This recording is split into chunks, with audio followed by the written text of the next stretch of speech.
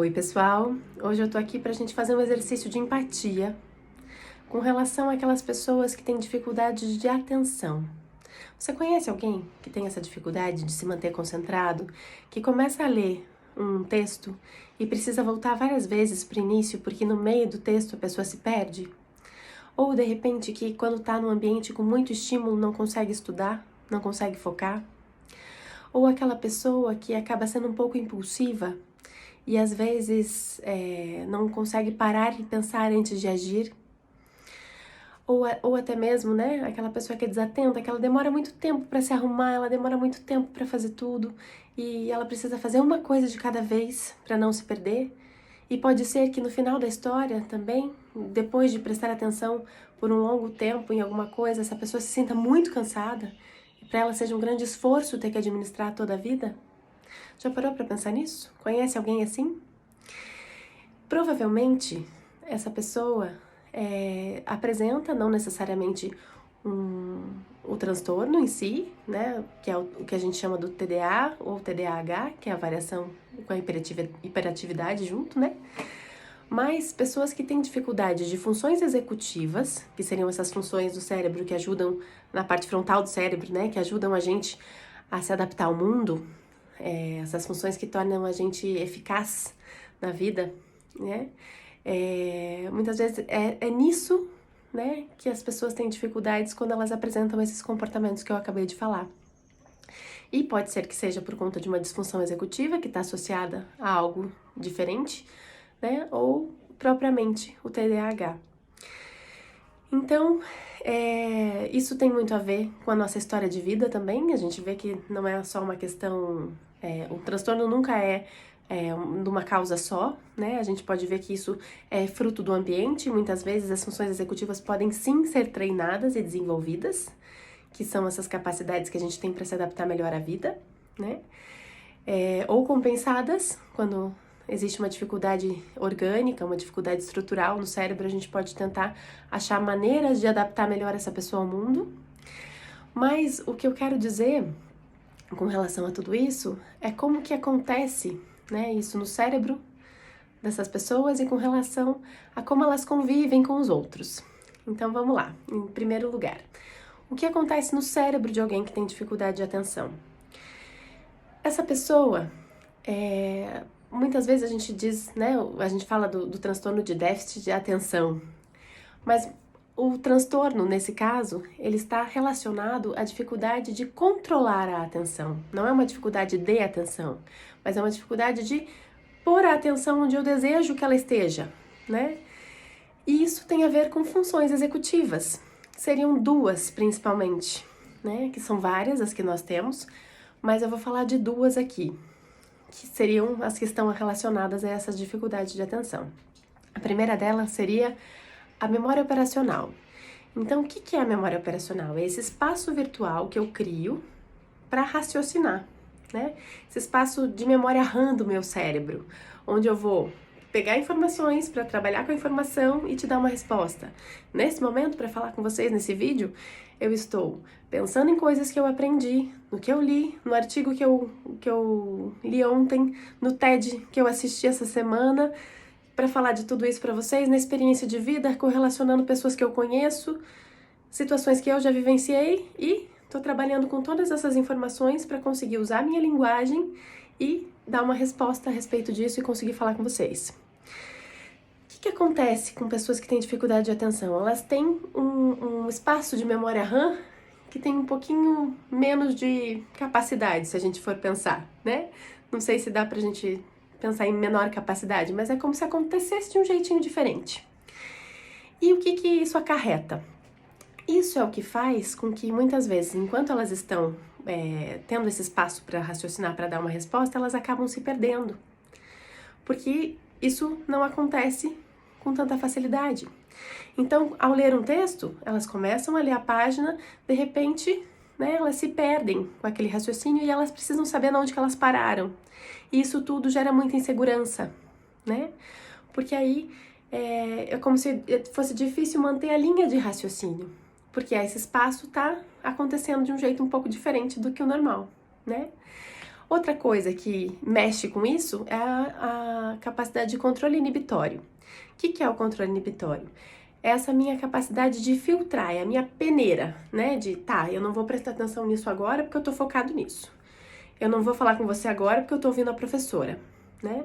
Eu não vou, sei lá, assistir televisão porque eu tô cozinhando.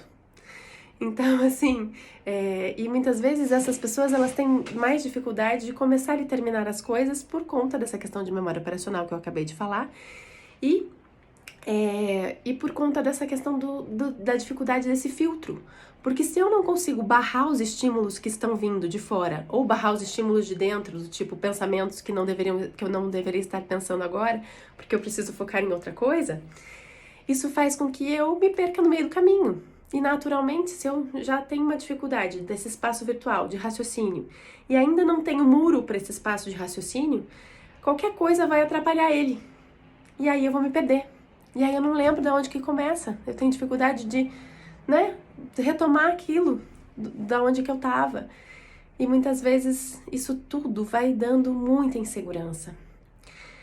E se eu cresço num ambiente que não compreende isso, pode ser que as pessoas ao meu redor me deem pouca autonomia ou me atropelem, porque provavelmente eu tenho um tempo diferente de processar as coisas, eu tenho um tempo diferente de conseguir concluir algo, porque eu preciso fazer uma coisa de cada vez, né?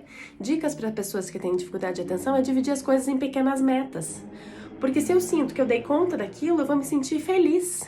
Talvez isso diminua a minha super exigência comigo mesmo, porque eu tô sempre me frustrando tanto que talvez eu fique muito nervoso e daí eu quero responder de uma maneira adequada e eu vou ficando cada vez mais perfeccionista, né? Só que esse perfeccionismo tem um custo, porque muitas vezes essas pessoas, elas cansam muito de prestar atenção por longos períodos, porque é um esforço muito grande que elas têm que fazer, né?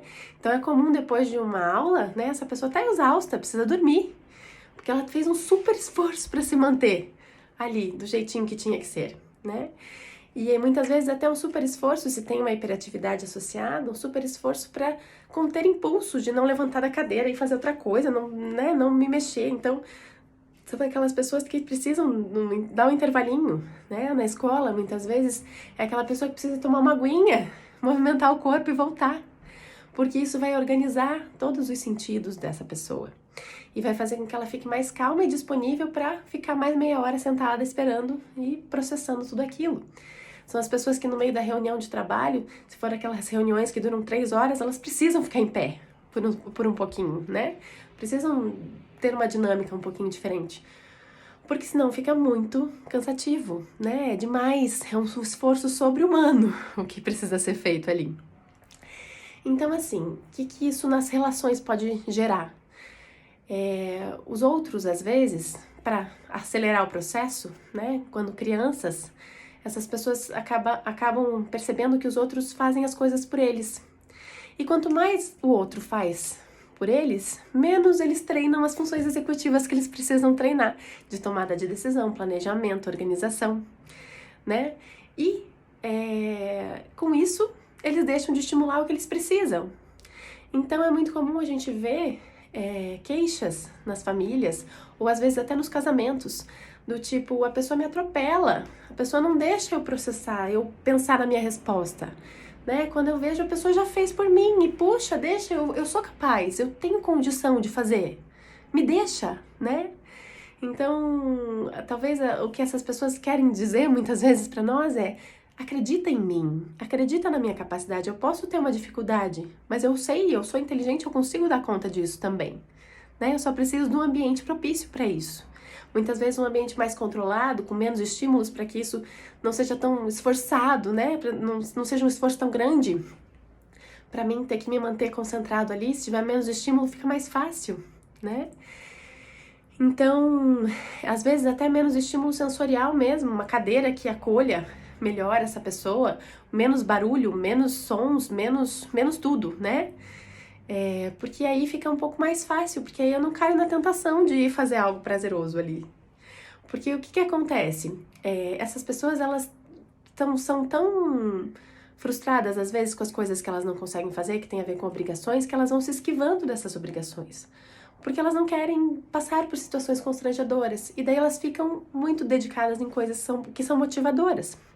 Elas têm dificuldade de, por si mesmas, né, até por uma questão emocional, por si mesmas decidir, né, fazer algo que é chato, né, por iniciativa própria. Então, elas buscam coisas legais, e nas coisas legais, geralmente são coisas dinâmicas para eles, onde a gente vê o hiperfoco. Então, essas pessoas, elas conseguem, sim, ficar muito tempo focadas quando algo é muito estimulante, muito prazeroso. E aí é onde confunde a gente, porque a gente diz, nossa, no videogame ficou um tempão, né? No filme lá que adora ficou um tempão. Ou, de repente, ficou tocando música, ficou fazendo arte, ficou dançando um tempão. Mas e na escola, como é que é? E na faculdade? E no trabalho? Né? Então, são pessoas que elas precisam contar com a nossa confiança e admiração também, para que elas não sofram tanto com essa autoexigência e consigam dar conta, né, do mundo e sentir o seu próprio sucesso nas pequenas coisas. Então, a gente precisa dar espaço para essas pessoas existirem, né?